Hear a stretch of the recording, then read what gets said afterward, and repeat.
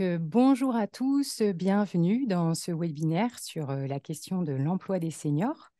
Donc, moi, je suis Nadine Morillo. Aujourd'hui, on accueille Emmanuel Maquet, qui, du coup, qui va vous présenter son parcours bien plus en détail que moi, mais qui a une longue expérience dans l'accompagnement au retour à l'emploi et en particulier avec un public en fin de carrière.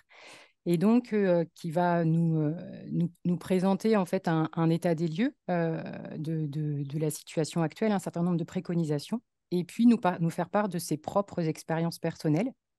Donc, n'hésitez pas à voilà, faire part de vos questions pour que ce soit interactif. Je vous le disais, mais je le répète, hein, pour ceux qui sont en train d'arriver, je sais que ça arrive forcément progressivement. Hein, là, on a 54 personnes connectées. Pour pouvoir participer, vous pouvez utiliser le menu discussion. Et donc, ça va être de cette façon-là que vous allez poser des questions que moi, je vais relayer à Monsieur Maquet. Ne vous censurez pas, vous pouvez poser vos questions au fur et à mesure. Et puis, je profiterai de petits moments de respiration de Monsieur Maquet pour, hop, m'insérer et relayer vos questions. Voilà. Eh bien, sans plus tarder, du coup, Emmanuel, je vous passe la parole. Je crois qu'en premier, vous aviez prévu de nous dire un petit peu qui vous êtes, d'où vous venez. Eh ben, écoutez, quel succès. Je suis enchanté de faire votre connaissance. Alors, vous m'excuserez, hein, la technologie fait que je ne me vois pas. Donc, on s'est concentré essentiellement sur le PowerPoint, pardon. Donc, j'espère qu'en tout cas, je pourrai répondre à une partie de vos questions. Avant de faire une petite présentation de qui je suis, peut-être, comme le vous disait Nadine, le déroulé, hein, on a essayé d'être un peu succinct et de donner un petit peu à débat quelques points importants concernant l'emploi des plus de 50 ans. Donc, on va faire d'abord un petit état des lieux de la situation en France concernant les seniors. On va parler un petit peu de ce qui se fait en Europe et puis beaucoup plus largement avec des recommandations que peut faire l'OCDE sur cette thématique. Et puis, je vous parlerai modestement d'expériences que j'essaye de mener sur mon territoire depuis maintenant plus d'une dizaine d'années, spécifiquement sur ce public. N'hésitez pas, je pense, à interpeller, à nous interpeller s'il y a des questions par rapport à tout ça et si ce que je vous évoque peut-être n'est pas compréhensible. Alors déjà, vous dire qui je suis. Alors moi, je travaille dans une grosse association qui s'appelle Alpha 3A. Je suis dans l'Ain, au niveau de la région Auvergne-Rhône-Alpes. Et donc, mon association s'appelle Alpha 3A. Alpha 3A, donc on est dispatché en quatre pôles, un pôle immobilier, un pôle enfance-jeunesse, un pôle habitat et un pôle action sociale. Et dans ce pôle action sociale, en plus de diriger la direction de l'innovation, je dirige le département inclusion par l'emploi. Et dans ce département inclusion par l'emploi, vous m'en excuserez, donc voilà, je gère quatre établissements, entre autres quatre établissements ou quatre dispositifs qui vont interagir aujourd'hui dans ce qui nous anime, que sont Xelium, hein, c'est une agence spécialisée dans une agence de travail temporaire qui est spécialisée dans le retour à l'emploi des publics de plus de 45 ans. La maison d'information sur la formation et l'emploi, je pense que quelques-uns ont eu la chance de le connaître sur votre territoire. 3 Conseils, c'est un cabinet qu'on a en destination des entreprises. Et puis, on aura l'occasion d'en parler. On anime aussi le dispositif Les entreprises s'engagent. Alors, plus particulièrement sur la maison d'information sur la formation et l'emploi, moi, j'y suis arrivé en 2012. Alors, j'ai essayé de mettre un petit peu où on se trouvait, le département de l'Ain, parce que tout le monde connaît un petit peu Bourg-en-Bresse, chef-lieu, mais personne ne sait où ça se trouve. Donc, on est coincé entre Lyon et Mâcon, pour ceux qui volent un petit peu. Voilà. Et donc, Bourg-en-Bresse, vous retrouvez. Voilà. Donc, je suis à l'opposé de chez vous, mais je viendrai vous voir bientôt. Et donc, je suis arrivé en 2012. Moi, j'étais dans une autre structure auparavant. Ça faisait déjà 12 ans que je travaillais dans de l'accompagnement vers l'emploi. J'ai intégré la MIF en 2012. Donc la MIF, c'est un réseau national de structures de proximité qui accompagne les publics de façon globale à travers un copyright, voilà, une méthodologie qui est la guidance professionnelle personnalisée. Moi, j'arrive en 2012 et on est sollicité non, à l'époque, par Pôle emploi, puisqu'aujourd'hui, ils avaient une problématique sur le nord de notre département qui touche la Suisse. On avait une problématique d'emploi des plus de 50 ans, principalement sur les cadres. Donc, j'ai commencé à travailler avec mes équipes sur cette thématique-là, avec mon adjointe, maintenant la personne qui est devenue mon adjointe. On animait des groupes d'action collective sur le pays de Gex, autour de l'emploi des plus de 50 ans. Et puis, on a commencé à se poser les questions, de se dire, tiens, aujourd'hui, on a une problématique emploi. Il semblerait qu'on ait une problématique emploi sur notre territoire et on a demandé à l'OCDE à l'époque de travailler avec nous autour d'un diagnostic de territoire, on en reparlera tout à l'heure, autour de l'emploi des plus de 50 ans. En 2014, ça. C'est pour ça que j'avais mis que c'était une longue marche vers l'emploi. 2015, du coup, on lance le premier forum en faveur de l'emploi des seniors qui avait pour vocation de faire un diagnostic de territoire et de faire interagir plutôt des chefs d'entreprise avec les services publics, mais aussi les demandeurs d'emploi ou les seniors concernés par des problématiques d'emploi. Voilà. Et puis, de ça est né le premier espace emploi senior.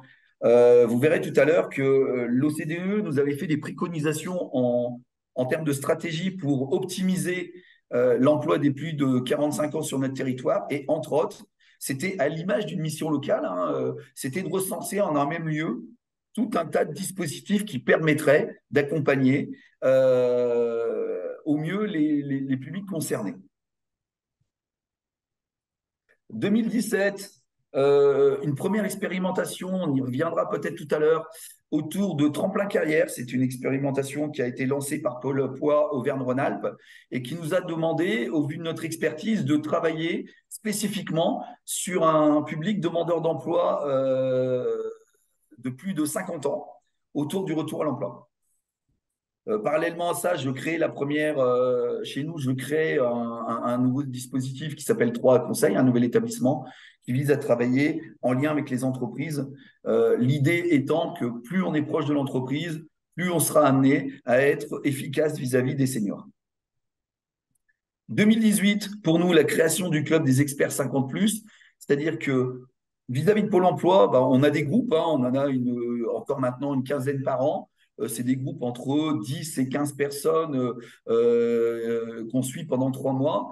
Et on s'était dit, tiens, aujourd'hui, on tourne à peu près à un taux de retour à l'emploi autour de 60%, un peu plus, et sous 3 mois. Et on voulait encore augmenter. On a lancé des clubs experts 50+. C'était une démarche qui était plutôt qu'être sur prescription, qui était une démarche plutôt volontaire de la part des 50 ans et plus de venir vers nous. Donc là, la démarche, elle ne vient pas de Pôle emploi, mais elle vient des experts qui souhaitaient intégrer un club. Et là, les taux de retour à l'emploi, puisqu'on était dans une démarche d'engagement avec des obligations, etc., mais on frôlait les 100% taux de retour à l'emploi. 2019, la création des clubs Phoenix 50+. Donc là, on s'adresse toujours dans notre écosystème local sur un public. Donc Phoenix, c'est un public qui est travailleur handicapé. Donc là, on mixait public de plus de 50 ans ayant une reconnaissance de travailleur handicapé et public de plus de 50 ans en recherche d'emploi. Qui souvent a des problématiques de santé hein, ou d'usure professionnelle, mais ça on pourra en parler. Parallèlement à ça, j'ai la chance de participer à l'étude du rapport Bellon. On en parlera tout à l'heure. C'était Édouard Philippe qui avait demandé à l'époque cette étude à travers son cabinet. Voilà. En 2020, l'idée pour nous était de se dire que, tiens, voilà, aujourd'hui, c'est bien de travailler sur des demandeurs d'emploi, mais si on pouvait travailler en amont et la sécurisation des parcours professionnels, la direction des entreprises et des salariés qui étaient toujours en place. Et donc, profitant du Covid, je dépose un projet avec un financement DRETS, à l'époque Direction régionale du travail, et AGFIP, autour de l'usure professionnelle et de la sécurisation des parcours pour éviter les pertes en ligne des retours, des entrées avec des ruptures de contrats de travail, etc., qui vont amener les gens de plus de 50 ans vers la case Pôle emploi. 2021, on en reparlera tout à l'heure, un partenariat européen sur cette thématique-là.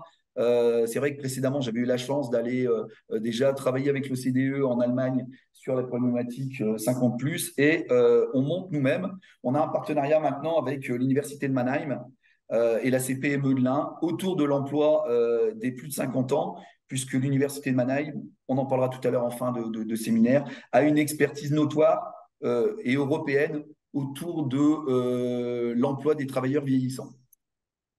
2022, l'ouverture de la première agence de travail temporaire à destination des plus de 45 ans, qui s'appelle Xelium. Voilà, c'était une volonté pour nous de se rapprocher de l'entreprise et d'avoir à notre main un outil qui nous permette de continuer et d'augmenter nos chiffres de placement vis-à-vis du public cible. Le tremplin carrière qui s'est renouvelé, donc l'expérimentation avec Pôle emploi sur l'Ain et la Savoie. Donc là, on est sur 2 territoires maintenant. Voilà, donc l'action était tellement bien réussie qu'ils ont souhaité reconduire, toujours à titre expérimental, ce dispositif pour 4 ans. En 2023, un nouveau projet, on en parlera tout à l'heure, autour d'un diagnostic de territoire de l'emploi des plus de 50 ans, couplé avec un guide des bonnes pratiques à l'usage des professionnels. Je pourrais vous en parler parce que depuis peu, je l'ai avec moi. Il n'est pas encore, là, il est encore en version bêta, mais il va être prochainement édité. Et je pense que j'aurai bientôt des exemplaires à distribuer de ce guide à l'attention des professionnels. Et puis, en fin d'année, là, on prépare le 2e forum de l'emploi des seniors, vous voyez, 10 ans après, en fait, autour de cette problématique-là. L'idée étant de se dire, tiens, voilà, 10 ans après, où on en est de la problématique de l'emploi des travailleurs vieillissants. Voilà, tout ça pour dire que c'est tout ce que je vais vous présenter, modestement, hein, c'est le fruit de mon expérience, c'est le fruit de quelque chose qui fonctionne sur mon territoire, c'est le fruit aussi d'une volonté de mes dirigeants et puis de mes équipes de s'inscrire sur cette thématique-là. Et puis, ça ne s'est pas construit forcément. On a tâtonné, on a eu des réussites, on a eu un petit peu de chance, on a investi. On pourra parler tout à l'heure de Xelium. Voilà, on n'est pas encore rentable là-dessus, enfin, même s'il n'y a pas une nécessité pour nous d'être rentable, mais en tout cas de trouver un équilibre économique. Mais en tout cas, l'idée, elle est là, c'est de devenir, essayer d'être un expert autour de cette thématique-là en Auvergne-Rhône-Alpes et beaucoup plus largement à destination des publics de plus de 50 ans. Voilà un petit peu la longue marche vers l'emploi qu'on a pu mener. Et puis, j'avais une première question. Alors, Nadine, vous me dites hein, si vous avez des questions. Ah bah, ça tombe à point nommé parce qu'effectivement, Marie-Hélène avait posé aussi cette question dans la fenêtre de conversation. Les seniors sont-ils âgés de 45 ans et plus ou 50 ans et plus? Alors, Alors, à votre avis, Emmanuel, voilà. À votre avis. Alors, on va vous laisser quelques secondes. Hein. Nadine se proposait de dire un petit peu quels étaient votre. Vous avez vu tout à l'heure, j'ai Ah non, parlé de alors 50 ans. attendez, stop, s'il vous plaît. Voilà, ne commencez pas. Vous avez quelques secondes pour réfléchir, mais on va vous donner le go pour que vous postiez vos réponses tous ensemble, sinon c'est pas drôle. C'est ça, exactement. Vous avez vu tout à l'heure, j'ai parlé de 45 ans, j'ai parlé de 50 ans, j'ai parlé de 60 ans. Bon, bah voilà, selon vous, à partir de quel âge on est considéré comme senior? On voulait quelques secondes de réflexion et Nadine vous donne le go pour pouvoir ensemble répondre à cette question. Allez, 3, 2, 1, go. Alors, je ne vois pas les réponses, hein, c'est pour ça on fait un numéro avec. Je remercie Alors, vraiment Nadine. je laisse les gens répondre. Il y a des réponses originales comme 46, par exemple. Oui, peut-être. Alors, la vague s'arrête un petit peu. Donc, on a une majorité de réponses qui sont 45 ans. Arrive, mais assez loin derrière quand même, 50. Et puis, on a aussi quelques réponses originales sous la forme de points d'interrogation, 55 depuis la réforme des retraites. Mais bon, voilà. 64. Globalement, la réponse qui arrive en tête, c'est 45 ans et plus. Alors, bon, ben voilà, il n'y a pas vraiment de. C'est un peu comme pour l'école des fans, hein, pour ceux qui ont pu connaître, il n'y a pas vraiment de perdants. Mais en tout cas, voilà. Aujourd'hui, si on est dans le cadre de projets européens, on va définir les seniors à partir de 45 ans. Voilà, donc c'est mon cas. Pour le CDE, c'est une autre façon d'aborder la thématique, c'est qu'il y a des classes d'âge. On va voir dans les chiffres, on a une classe d'âge de 15-24 ans, qui est plutôt la classe d'âge jeune, entre guillemets, les 25-54 et les 55 ans et plus, 55-64 en l'occurrence. Et puis en France, en tout cas d'un point de vue administratif, et pour Pôle emploi, les seniors sont les salariés en fin de carrière, proches de la retraite, qui ont 50 ans et plus. Voilà. C'est pour ça que nous, sur le dispositif, vous avez vu que tout à l'heure, je vous disais sur Xelium, on accueille les personnes à partir de 45 ans sur l'agence d'intérim des experts. Et parce que moi, j'aime bien parler d'experts plutôt que seniors. Hein, voilà, ça c'est aussi un des enseignements qu'on a eu tout de suite quand on avait créé l'espace emploi senior, c'est que les personnes concernées me disaient mais moi je ne suis pas senior. Hein, senior, c'est le grand âge. Mais par contre, sur les dispositifs tremplin carrière, effectivement, avec Pôle emploi, c'est 50 ans et plus. Alors, toujours dans les petites, on essaie de faire, avec Nadine, on essaie de trouver des petites choses qui soient, en tout cas, en guise d'introduction, un peu interactifs. Selon vous, sur la tranche d'âge, donc, qui est celle de l'OCDE, de 60, enfin voilà, autour de 60-64 ans, combien, selon vous, de seniors sont aujourd'hui actifs en France? Et donc, la Pareil, réponse attendue est un pourcentage. Et on vous laisse exactement. encore quelques secondes de réflexion avant de poster vos réponses. Voilà, on va peut-être avoir des réponses plus variées. Allez, tentez votre chance. 3, 2, 1, go!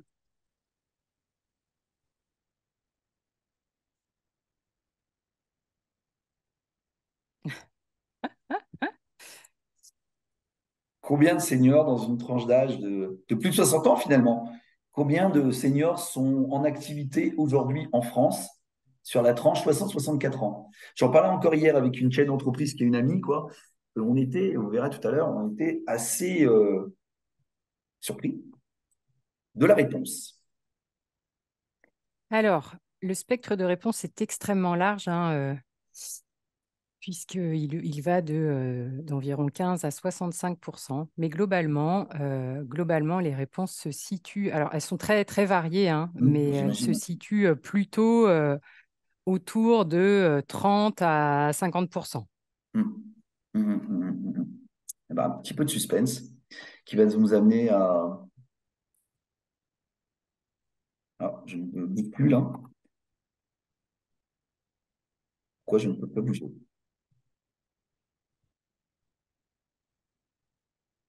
Voilà. Alors déjà, en France, il faut savoir que le taux d'emploi en 2021, c'est les chiffres les plus récents que j'ai pu glaner, en ce qui concerne les 50-64 ans, il est en augmentation depuis quelques années. C'est le plus haut niveau enregistré depuis que l'INSEE le mesure, hein, qui était en 75. Vous voyez, le taux d'activité en ce qui concerne, alors je ne sais pas pourquoi, c'est 69,3 en 2021, je pourrais le chercher, voilà. On a un taux d'activité qui a augmenté depuis quelques années. Mais on a des disparités selon l'âge. Effectivement, les seniors travaillent de plus en plus longtemps. Néanmoins, on a un taux d'activité de 75% chez les 55-59 ans, ce qui est plutôt pas mal, mais de seulement 35% chez les 60-64 ans. On est à 12% de moins que la moyenne européenne. Vous voyez sur le petit schéma, alors les couleurs ont peut-être du mal à les suivre, mais on a le taux d'emploi des 25-49 ans qui est en pointillé, tout en haut, et celui des 60-64 ans qui est tout en bas.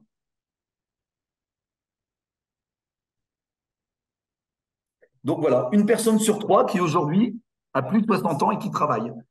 Assez surprenant, hein, assez même décevant. Hein. Et ça nous amène forcément cette question à se poser qui est, en Europe en tout cas, quelle est selon vous voilà, la position de la France en ce qui concerne le taux d'emploi des seniors? Est-ce qu'on est plutôt bon élève ou est-ce qu'on est plutôt mauvais élève par rapport à cette problématique-là? Et puis donc voilà, en termes de position sur les 27, combien on se situe? Donc pareil, on vous laisse réfléchir un tout petit peu et puis Nadine vous donne le go. Donc, le chiffre attendu est de la réponse entre 1 et 27. Exactement. Est-ce qu'on est plutôt les très bons élèves, on est premier, ou est-ce qu'effectivement, on est en queue de peloton? Allez, 3, 2, 1, go!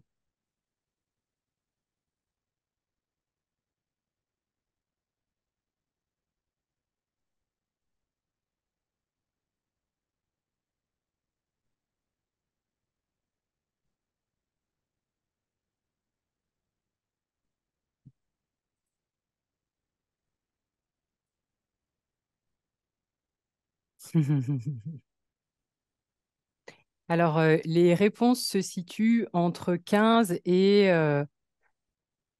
25, globalement. Globalement. Voilà, sachant que, il y a assez peu de réponses avec un classement meilleur Que que 15. le 15e rang. Et ceci dit, ça signifie que les gens suivent, puisqu'il y avait un petit indice dans la diapo précédente. Ah, ben oui, bien sûr. Bah, puis voilà, sinon, je pense qu'on ne serait pas là sur cette thématique. En tout cas, au premier trimestre 2023, hein, c'est la DARES hein, qui pointe ça, j'ai relu ce matin. On a un taux d'emploi des seniors qui est de 56% en France. On a 60,5% en moyenne dans l'Europe des 27. On est 16e. On est 16e. Donc, on voit sur le petit tableau qui est juste en dessous que si on fait le total de l'union des 27 pays, on est en dessous de la moyenne de l'Union européenne. On est mieux classé que l'Italie ou la Belgique, par exemple, mais on est très loin de l'emploi de la Suède ou de l'Allemagne. L'Allemagne avec qui, je vous dis, je travaille depuis maintenant 2 ans sur cette thématique. Si, j'ai retrouvé ça aussi qui me semblait important tout à l'heure, c'est-à-dire que on est nettement en dessous, pardon, de la moyenne européenne pour les 60-64, c'est ce qu'on s'est dit précédemment, alors qu'on est supérieur sur les 50-59, enfin sur les 55-59. Sur ce schéma-là, alors vous voyez que la France, on est tout à droite, on est 21e au rang en queue de peloton parmi les nations développées. C'est comme ça que ça se caractérise là, sur les chiffres de l'OCDE. Donc, si vous regardez bien en haut, on est plutôt bien passé. La petite pastille qui est là, qui correspond au taux d'emploi des 50-59 ans, on est plutôt bien passé. Mais en ce qui concerne très clairement là, le taux d'emploi des 60-64, on est vraiment pas bien placé, en dessous des chiffres qui sont donnés par l'OCDE. Donc, on 21e au assiste niveau à un international. décrochage marquant autour de 60 ans, quoi.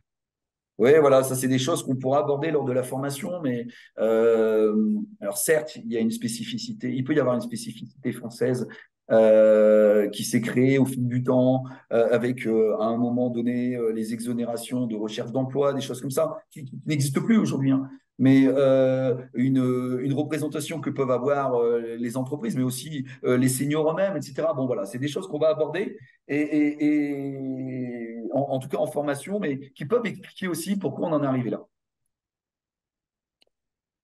Alors, une fois qu'on a vu ces chiffres, hein, c'était intéressant pour nous de faire un petit focus, c'était de se dire aujourd'hui, et ça c'est le fruit aussi d'un ouvrage que vous pouvez retrouver qui s'appelle Mieux travailler avec l'âge. Je ne sais pas s'il y a une édition, ça date de 2014, vous voyez, c'est à partir de ce moment-là où moi j'ai travaillé avec l'OCDE. Je ne sais pas s'il y a je pense pas qu'il y ait d'édition depuis ce temps-là, mais en tout cas, l'OCDE faisait des. On va passer rapidement, on en parlera lors de la formation pour ceux qui y assistent, mais euh, l'OCDE faisait des recommandations pour favoriser l'emploi des seniors depuis une dizaine d'années. C'est toujours d'actualité autour de 3 thématiques. C'est de renforcer les incitations à travailler plus longtemps. Voilà. C'est d'encourager les employeurs à embaucher, à retenir des seniors. Donc, on est plutôt dans le maintien dans l'emploi. Et puis, à promouvoir l'employabilité tout au long de la vie. Alors là, je vais passer très rapidement, mais sur la première thématique qui est de renforcer les incitations à travailler plus longtemps, euh, il y avait effectivement, par exemple, sur limiter les voies d'inactivité, il y avait en exemple euh, supprimer l'exemption de l'obligation de recherche active d'emploi pour les chômeurs âgés. Voilà. On avait aussi de travailler autour de la flexibilité de la transition emploi-retraite. Si vous faites le parallèle avec l'Allemagne, par exemple, aujourd'hui en Allemagne, certes, ils vont travailler plus longtemps, Mais concrètement, moi, je travaille avec des experts qui ont, alors pour certains, je prends Joachim, qui a 82 ans, hein, qui travaille avec nous, qui est chercheur. Joachim, j'imagine qu'il est parti progressivement à la retraite. Alors peut-être après 60, 62, 63 ans, il va travailler plus que 4 jours par semaine, puis après 3, puis après 2, puis après un, tout en ne perdant pas de pouvoir d'achat, je vais le dire comme ça, tout en ayant un revenu digne et finalement, on va continuer petit à petit à travailler de plus en plus longtemps avec une retraite qui est progressive. J'ai un ami qui travaille chez Air France, par exemple, qui est cadre chez Air France et qui est dans ce schéma-là. C'est aussi décourager les retraites obligatoires, ça veut dire aussi inciter les personnes aujourd'hui, quand elles le souhaitent, à revenir et à continuer leur activité. Voilà, bon, ça c'est des exemples. Je ne lance pas le débat, mais en tout cas, je vous en informe. C'est aussi encourager, il y a une action proactive au niveau des employeurs, c'est de traiter les discriminations basées sur l'âge. Vous voyez que par exemple, en Pologne, il y avait un logo 50 plus friendly. On l'a par exemple en France avec H+, entreprise handi accueillante, vous savez, je pense que vous connaissez ça. Ça pourrait être des exemples, hein, c'est des exemples, hein, voilà. C'est aussi d'aligner les seniors sur la productivité. Alors, ça c'est intéressant. J'en parlais encore avant-hier, là, j'étais sur des rencontres avec l'AFPA et je leur disais que la spécificité en France parfois, et c'est un frein, en tout cas en France pour l'emploi des plus de 50 ans, c'est qu'en France, les seniors ont complètement intégré le fait que j'ai plus de 50 ans, j'ai plus de 55 ans, j'ai acquis une expérience, donc je ne peux pas accepter un emploi, c'est même dégradant, ça touche l'estime que je peux avoir de moi-même. Je ne vais pas accepter un emploi au même titre que si j'étais un jeune débutant. Et ça, c'est une spécificité française.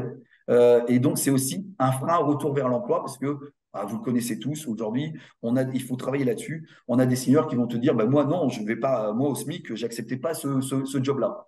Pourtant, c'est un job qui pourrait être un tremplin vers rapidement une revalorisation du salaire. Voilà. Mais en tout cas, ça, c'est une spécificité française qu'on n'a pas dans d'autres pays.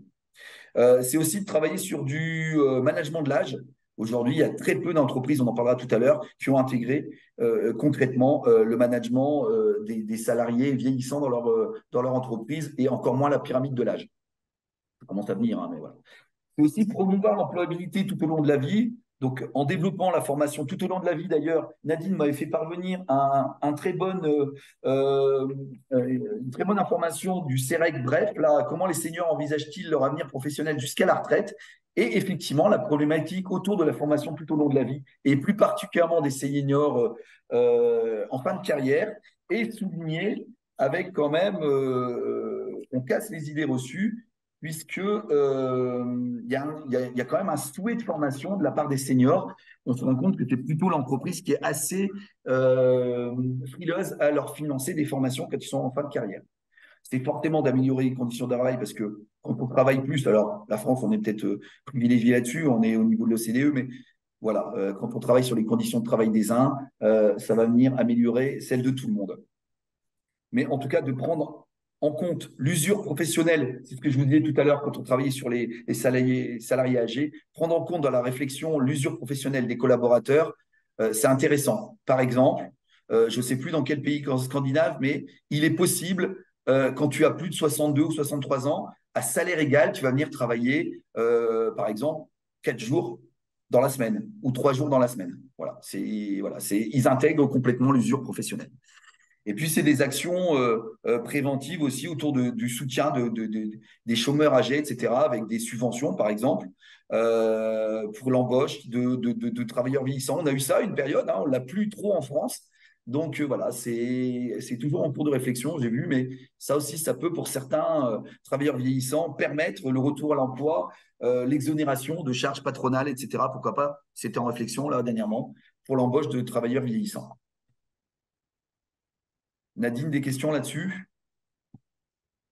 Alors, je le dis pour ceux qui n'étaient pas arrivés en tout début de webinaire, hein, n'hésitez pas à poser vos questions à Monsieur Maquet au fur et à mesure de ces diapos. Mais là, pour l'instant, il n'y en a pas.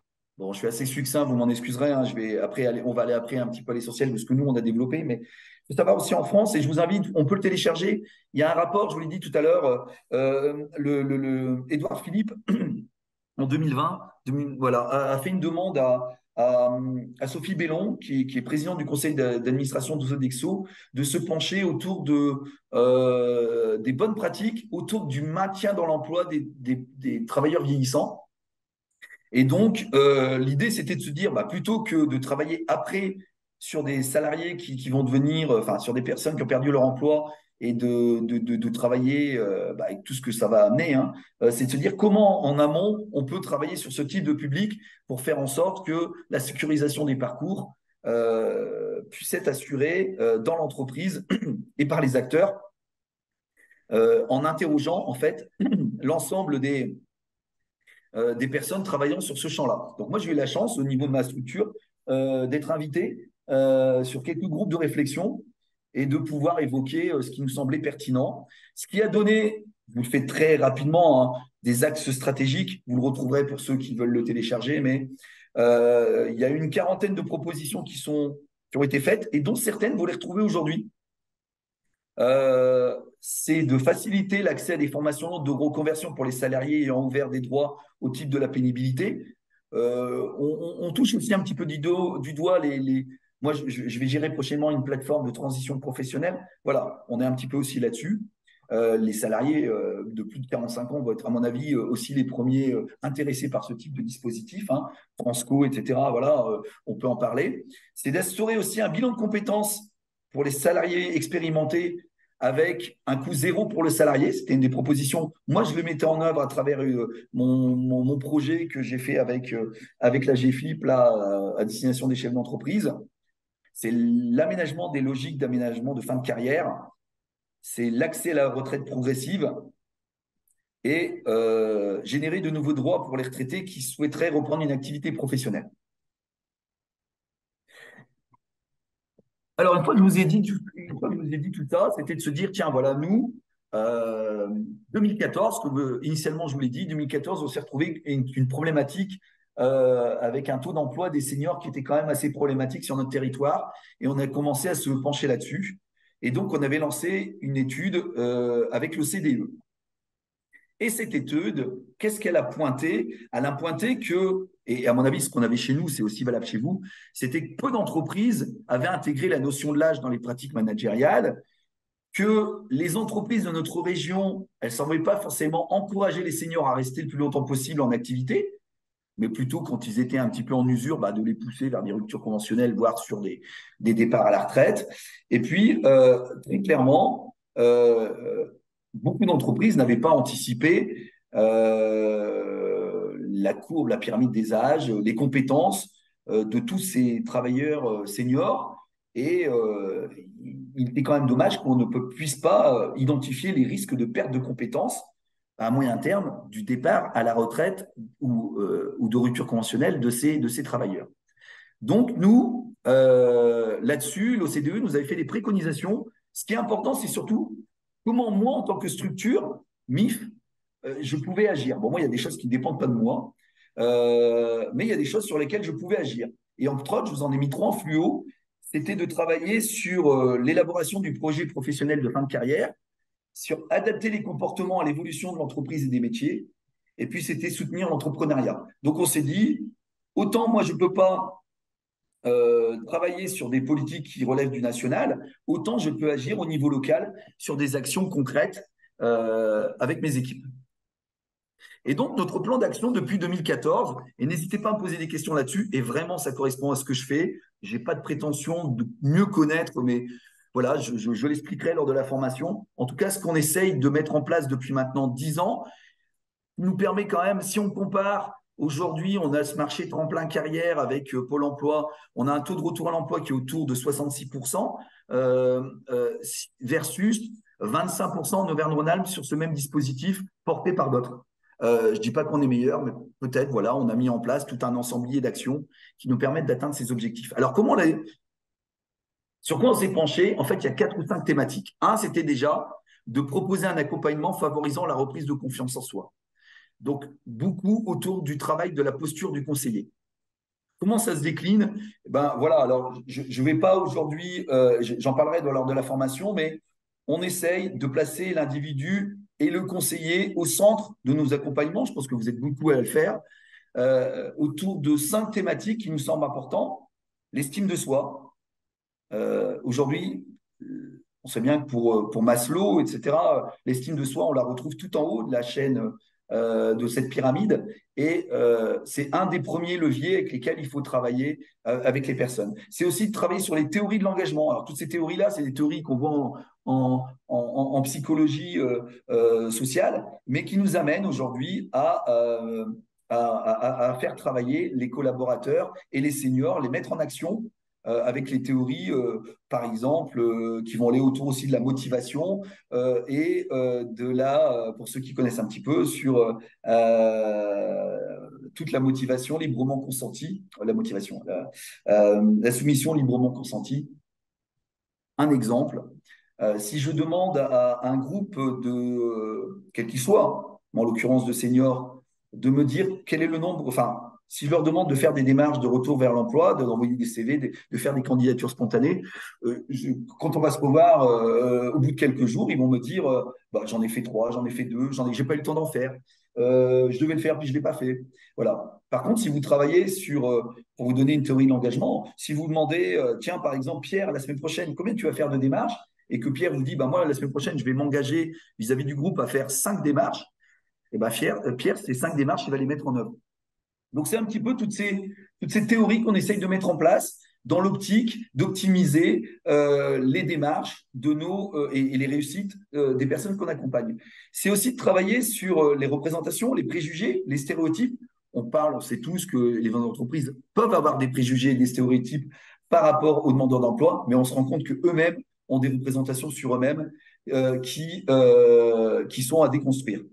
L'effet Pygmalion, l'effet Golem, on en parlera, mais c'est aujourd'hui, quand on a une image positive des personnes qu'on accompagne, il est clair que ces personnes avec lesquelles on a une image positive vont avoir des résultats décuplés par rapport à des personnes pour lesquelles, effet Golem, là en l'occurrence, on aurait une image négative.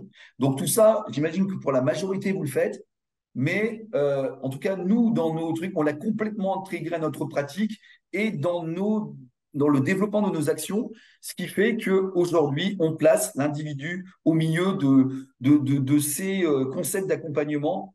Et c'est sans doute ça qui fait qu'on arrive sans doute à avoir un petit peu des résultats un petit peu meilleurs que les autres. Mais il n'y a pas que ça. C'est aussi, très clairement, se rapprocher de l'entreprise. Je vous disais tout à l'heure qu'on avait créé un cabinet conseil, on a une facilitatrice de clause sociale, on anime le club des entreprises s'engagent, on a une plateforme des transitions collectives, ça c'est pour les bénéficiaires du RSA qui viennent nouvellement de s'inscrire. En tout cas, nous, très clairement, rapidement, on a fait le choix d'intégrer des réseaux de chefs d'entreprise afin de favoriser les rencontres et la médiation. Puisque aujourd'hui, pour moi, il ne se passe pas une semaine. Aujourd'hui, dans nos accompagnements, on voit les gens régulièrement. Nous, c'est 2 ou 3 rendez-vous par semaine sur les groupes. Et il ne se passe pas une semaine sans qu'on interagisse avec l'entreprise. Alors, ça peut être des petits déjeuners, chefs d'entreprise. Lors des regroupements, on fait venir des chefs d'entreprise et puis on partage un moment ensemble. On se pose des questions. On a des ateliers spécifiques pour inverser les postures. On travaille sur marketer sa candidature. Voilà, on agit comme aujourd'hui. On renverse la situation. Vous êtes des offreurs de compétences. On vous positionne sur des offreurs de compétences et plus du tout comme des demandeurs d'emploi. C'est des ateliers sur la création d'activités, on en parlait tout à l'heure. C'est intéressant aussi.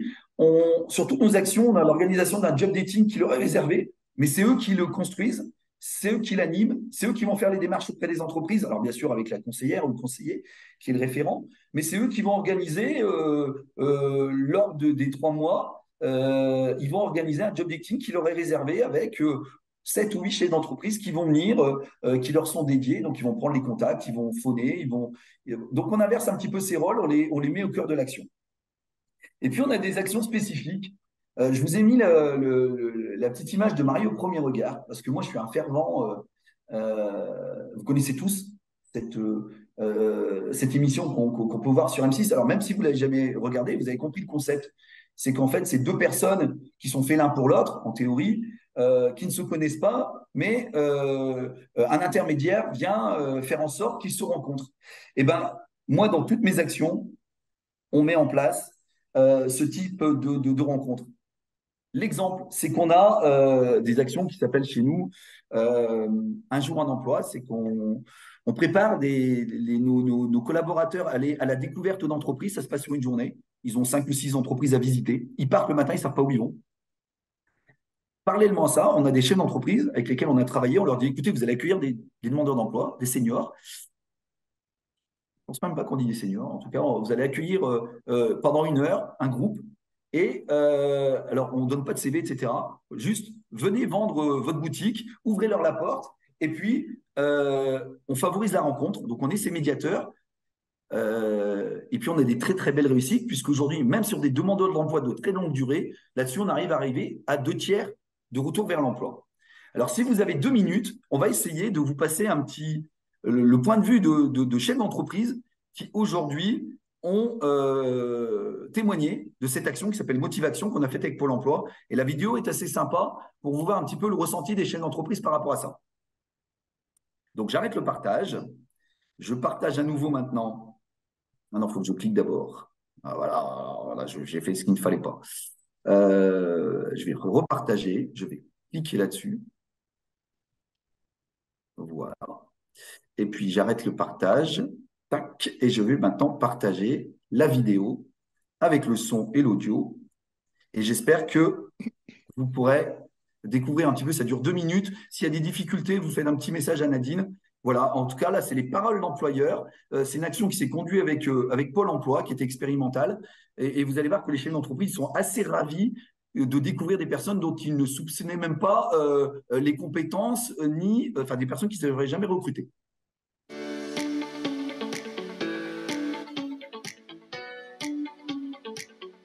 Nous sommes fabricants de montures de lunettes à Béligna et nous sommes actuellement à la recherche de nouveaux collaborateurs parce que la société est en plein essor. Ici, nous sommes à la société Scholler-Alibert, située à Nurieux. Notre entreprise fabrique des bacs et caisses-palettes en plastique. Aujourd'hui, on faisait visiter notre entreprise aux demandeurs d'emploi pour qu'ils puissent voir le travail des opérateurs notamment, mais pas que, voir nos produits, pouvoir connaître notre entreprise, les spécificités du monde de la plasturgie et j'espère par la suite qu'on puisse leur proposer un contrat.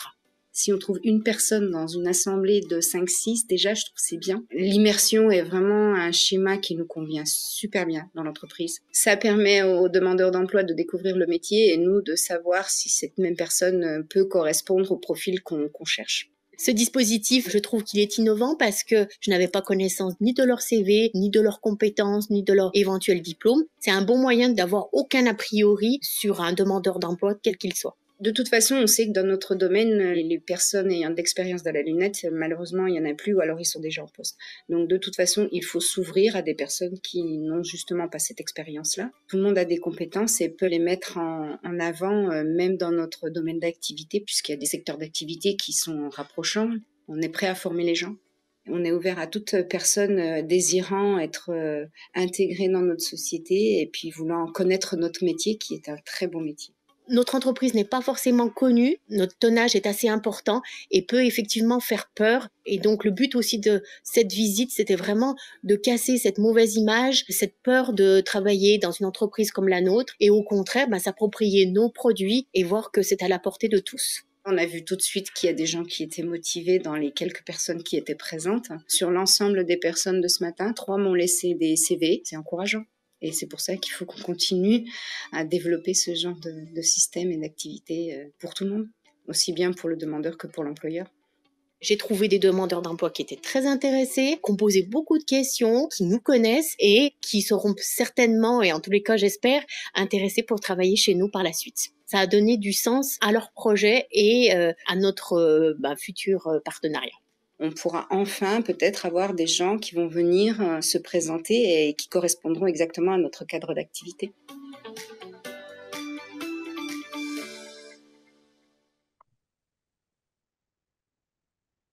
Voilà, on souhaitait en tout cas. Ah, il faut que je repartage. Il faut que je revienne sur le Zoom. Ça, je vais l'arrêter. Hop, comment je fais pour revenir sur. Voilà, je suis peut-être là-dessus.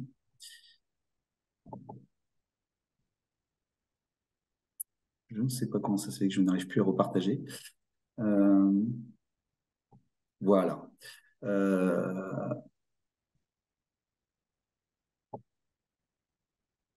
Je ne sais. Ah oui, bah voilà, partager l'écran. Voilà, excusez-moi, c'était plus en haut, mais en bas. Donc, je vais repartager pour arriver sur la fin de notre. Pardon. Et peut-être, Emmanuel, du coup, Ouais. on a une question de Mélanie qui est arrivée. Et avant que tu démarres, du coup, je te la partage. Qu'en est-il de l'état de santé des seniors? Plus l'âge avance, plus on retrouve des problématiques de handicap Ouais, ou de santé, des problèmes de dos, les ouais, problématiques avec du c'est port une de bonne charge. question. Alors, Avez-vous nous, c'est une travaillé sur des thématique. métiers plus facilement accessibles? Ouais. Quand on parlait des ateliers tout à l'heure, c'est vrai qu'on a un atelier aussi, c'est une très bonne question, hein. Nous, on va pas se mentir, les personnes qu'on peut avoir sur le dispositif, ils sont majoritairement, parfois, usés par selon l'âge, hein, parce que quand on parle de senior, il y a le senior qui a 40, enfin, qui a 50 ans, puis il y a le senior qui en a 63. Mais on a régulièrement des problématiques de santé qui sont pas toujours en plus positionnées comme quelque chose, comme une RQTH ou quelque chose comme ça. Donc, on aborde avec eux, on a un atelier concrètement où on fait le point avec la CARSAT, où on fait le point aussi avec l'ensemble des acteurs qui gravitent autour du handicap, pour qu'on soit clair aussi dans les démarches qu'on peut mettre en place vis-à-vis d'eux et qu'ils soient clairs aussi dans leur recherche à eux. Donc là, on était sur voilà, des exemples. On essaye aussi de se dire qu'aujourd'hui, l'emploi, il faut le trouver certes à côté de chez soi parfois, mais aussi en fonction des capacités qu'on peut avoir. Donc ça, c'est une thématique aussi qu'on aborde très clairement. Ça fait partie comme la retraite. On pourra en parler lors du truc, mais on a un atelier où on aborde la retraite, parce que ça aussi, c'est un énorme levier de se rendre compte de combien de temps il nous reste vraiment pour retourner avant de s'arrêter de travailler, quoi. Et c'est souvent un moteur, hein, parce que les gens ils découvrent qu'il leur reste autant de mois et qu'ils n'avaient pas soupçonné, quoi. Et alors, il y a une question, mais je pense que tu Hum, l'aborderas tout à l'heure sur les agences d'intérim. Mais je te hum. laisse terminer cette partie-là et puis Ouais, je vais essayer. Voilà, on y je termine reviendra. rapidement, comme ça nous laisse des questions.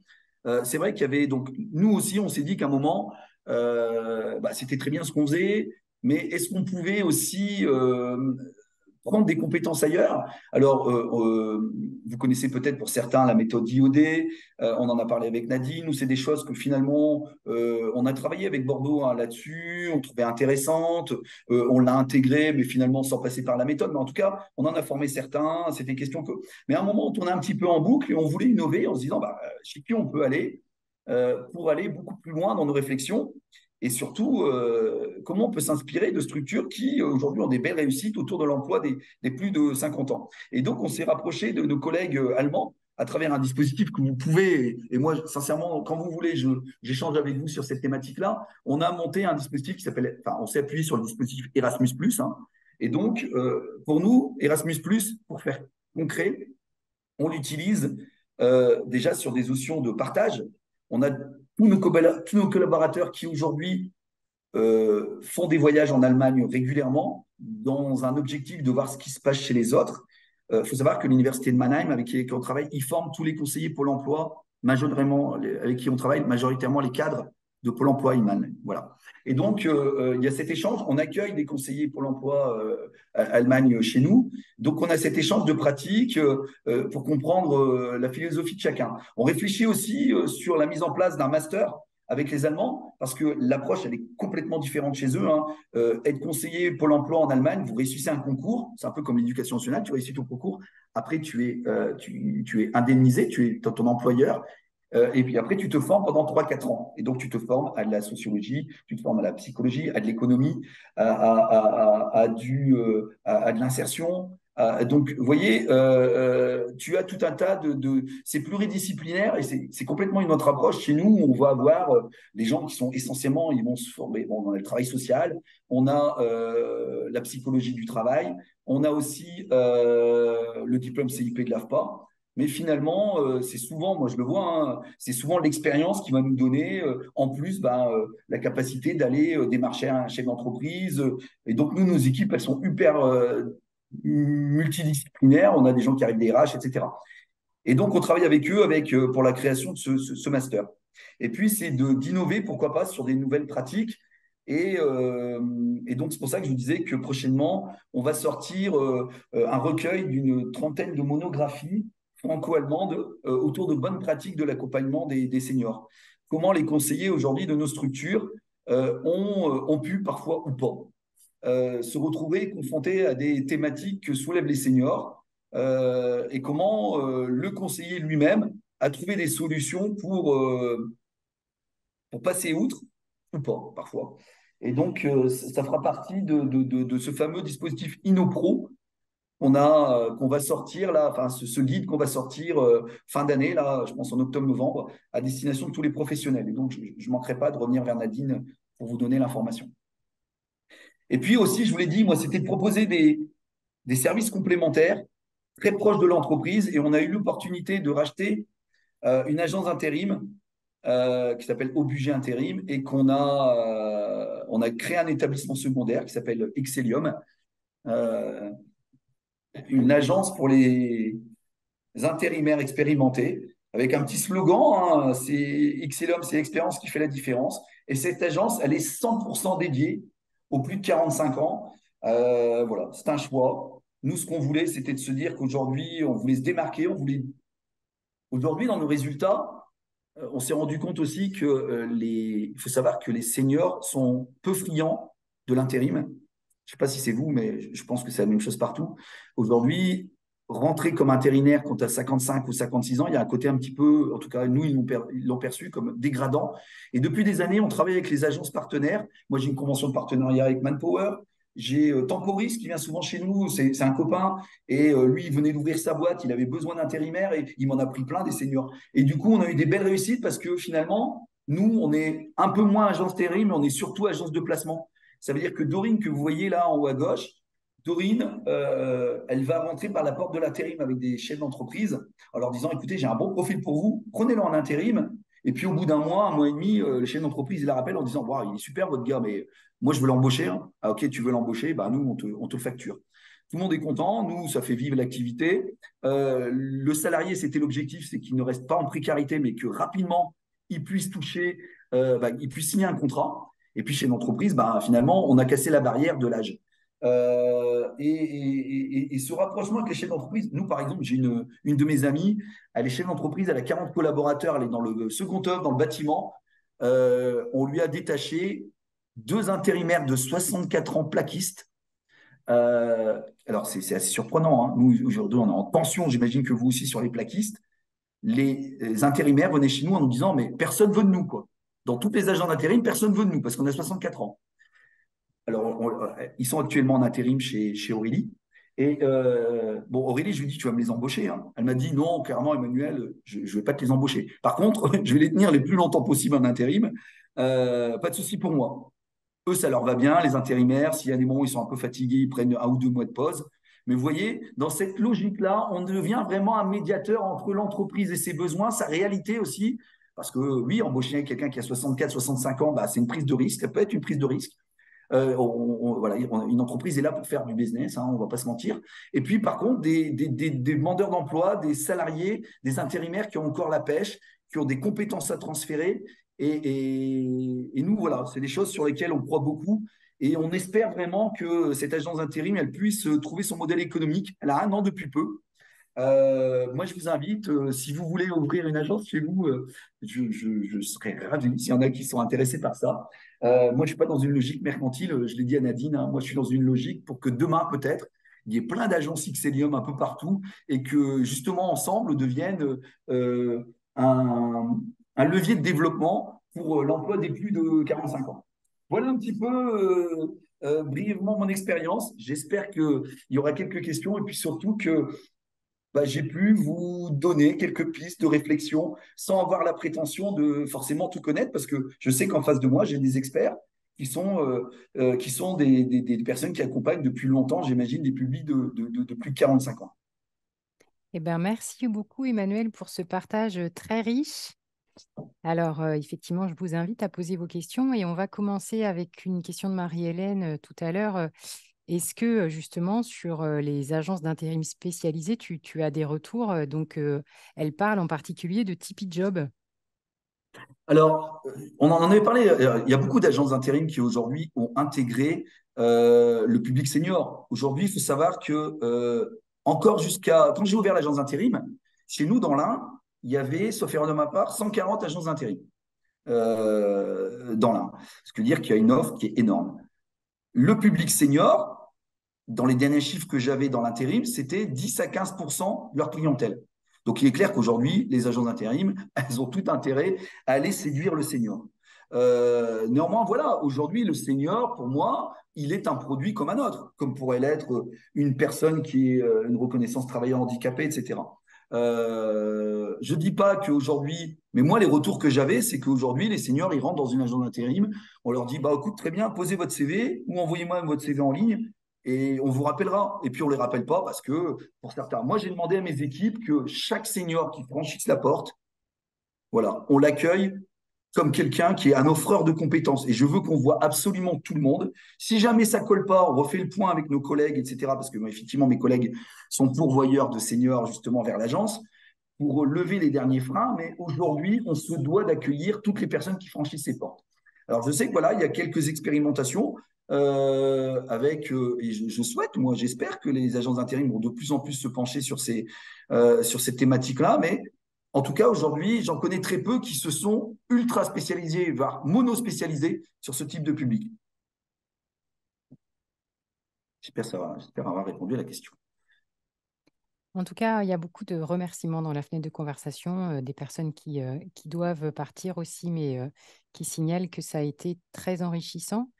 J'en profite sur la question des ressources pour vous signaler que… Ah, tu veux que je mette peut-être, que je non, partage? c'est pas grave, sinon Emmanuel l'a évoqué, si c'était peut-être pas clair pour tout le monde. En fait, donc, le paquet revient en Pays de la Loire le mardi 17 octobre pour une journée de formation sur la même thématique. Donc, ça va permettre d'aller plus loin. Alors, cette action, aujourd'hui, on a déjà plus d'inscrits que la jauge d'accueil. On voulait quand même vous signaler que le jeudi 19 octobre, donc Emmanuel intervient aussi avec des professionnels du territoire de Saint-Nazaire-Ouest.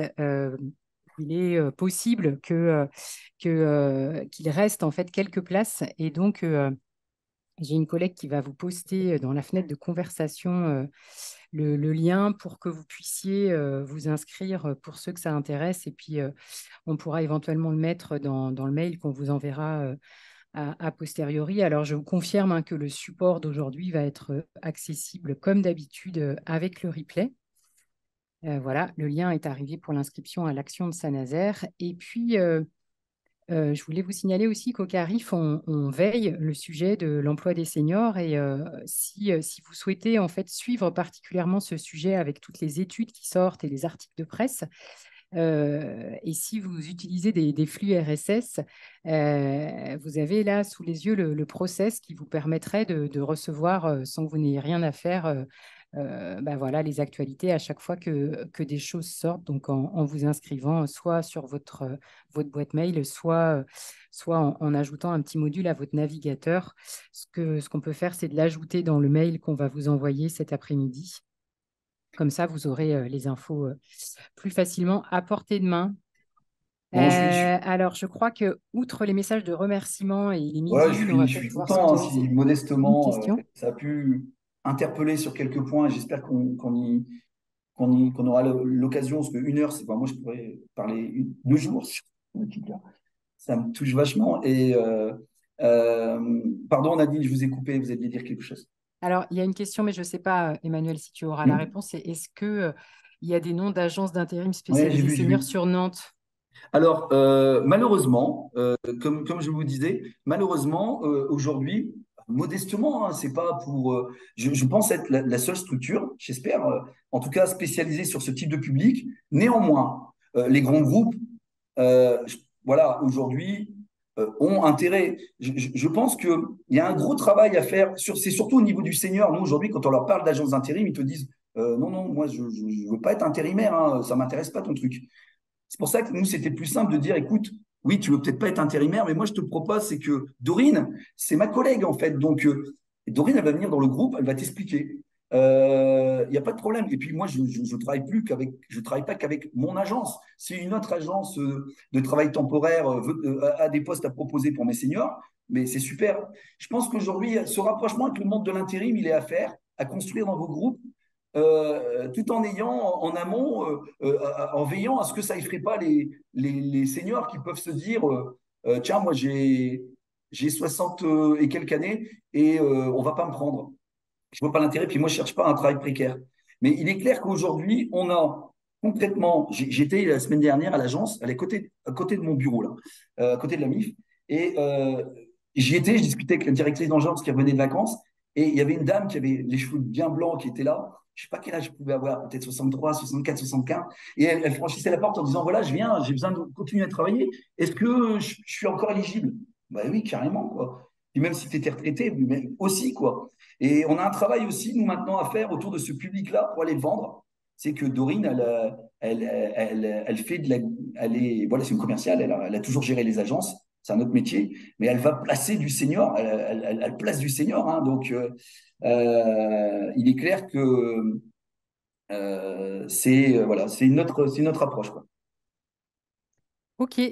Bon, bah, il y a beaucoup de remerciements pour toi, Emmanuel, dans la fenêtre de conversation, de gens qui trouvent que ça a été très intéressant, inspirant, Tremplin magnifique. carrière, j'ai une question. Alors, il y a peut-être une Ouais, question. alors peut-être on pourra répondre Ouais, à pour l'emploi. Marie-Hélène sur Ouais, Tremplin Carrière, parce que les personnes commencent à se déconnecter. Il est ouais, bien midi sûr, bien 4. sûr.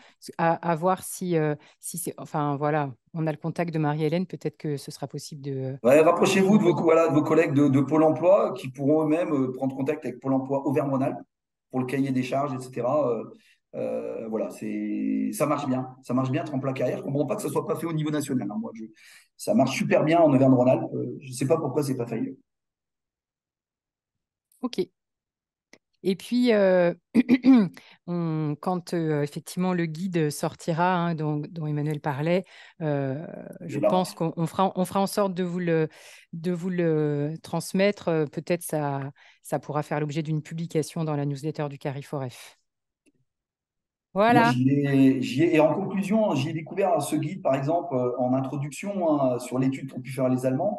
C'était que, contrairement à ce qu'on peut penser, les seniors en recherche d'emploi sont très mobiles. Et moi, j'avais un préjugé comme quoi les demandeurs d'emploi de plus de 50 ans n'étaient pas mobiles. Eh bien, pas du tout. Ils sont prêts à bouger pour trouver du boulot. Et ça casse aussi nos préjugés qu'on peut avoir nous-mêmes, y compris dans l'accompagnement. Très bien. Merci beaucoup, Emmanuel. Merci à vous. Très belle journée à chacun d'entre vous et à bientôt.